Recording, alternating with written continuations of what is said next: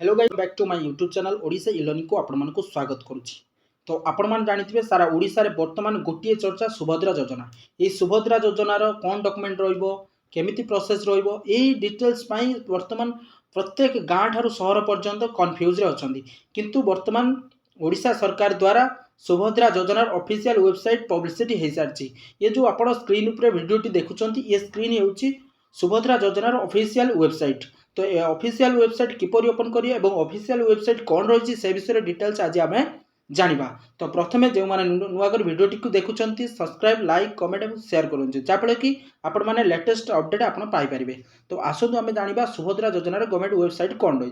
तो आप जेकोसी ब्राउजर को जाई आप सर्च करेंगे सुभद्रा योजनार आपंकर जो गवर्नमेंट वेबसाइट रही से वेबसाइट हूँ सुभद्रा आपणकर subhadra.odisha.gov.in रही। ये हूँ सुभद्रा योजनार ऑफिशियल वेबसाइट subhadra.odisha.gov.in। यही जो वेबसाइट रही आप जेकोसी ब्राउजर आप मोबाइल भी ओपन करेंगे और आपण सिस्टम बा लैपटॉप रे मध्य ओपन करेंगे।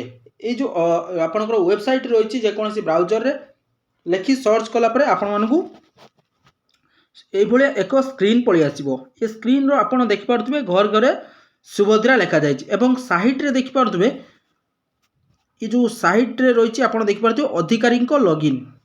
ये जो अधिकारी का लॉगिन रही ये लॉगिन पर यदि क्लिक करेंगे ताले आपण ये लॉगिन पर क्लिक कले आपण ए लॉगिन आपणकर हेनी, कारण ये अधिकारी लॉगिन हो मतलब ये जेकोसी जो सुभद्रा योजनार जो ऑफिस और अपार्टमेंट ने से ये लॉगिन करेंगे। आपड़ केमी आवेदन करेंगे वीडियो को देखो। वीडियो टी लंग हो पारे किंतु आपड़ ये वीडियो संपूर्ण भाव बुझीपारे।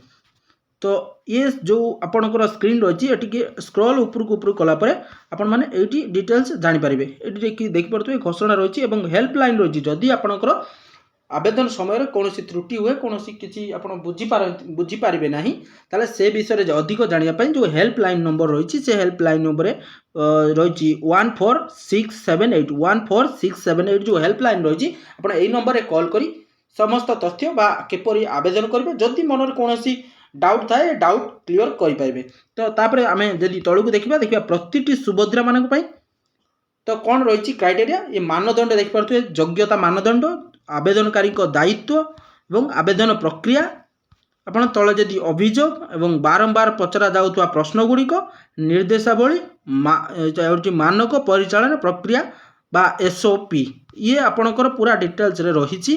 जदि आपण किसी भी जानापी चाहूँगी आपणकर योग्यता जदि जानापी चाहूँगी ये जो आपणकर रही योग्यता मानदंड से योग्यता मानदंड उपरे क्लिक करने। ये जो अधिक सूचना देती या क्लिक कलापर आपण मानकू टोटाल डिटेल्स आपंकर पलि आसो। तापर देखिए आवेदनकारी दायित्व ये जो दायित्व आप जानापी चाहूँगी ये अधिक सूचना पर क्लिक कले आप जानीपारे। और जदि प्रथम कथा हूँ आवेदन प्रक्रिया ये हूँ वेरी इंपोर्टाट जिनस किपरि आवेदन करेंगे कौन ना ये आवेदन प्रक्रिया उपरे साइट की देती अधिक सूचना या क्लीयर कले आप किपरि आवेदन करेंगे और कौन कौन डॉक्यूमेंट आवश्यक अच्छी आप सबकि जानीपारे। बुझिपारे ये हूँ गवर्नमेंट तरफ वेबसाइट टी। तो यही वेबसाइट आपण सर्च करी आप पूरा डिटेल्स जानीपारे।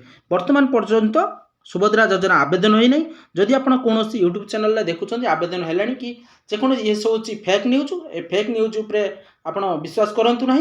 तेणुक आप अपेक्षा करूँ गवर्नमेंट बा आम ओडिशा सरकार केबे सुभद्रा योजना आवेदन तारीख देउछि एवं आवेदन प्रक्रिया आरंभ करुच्ची।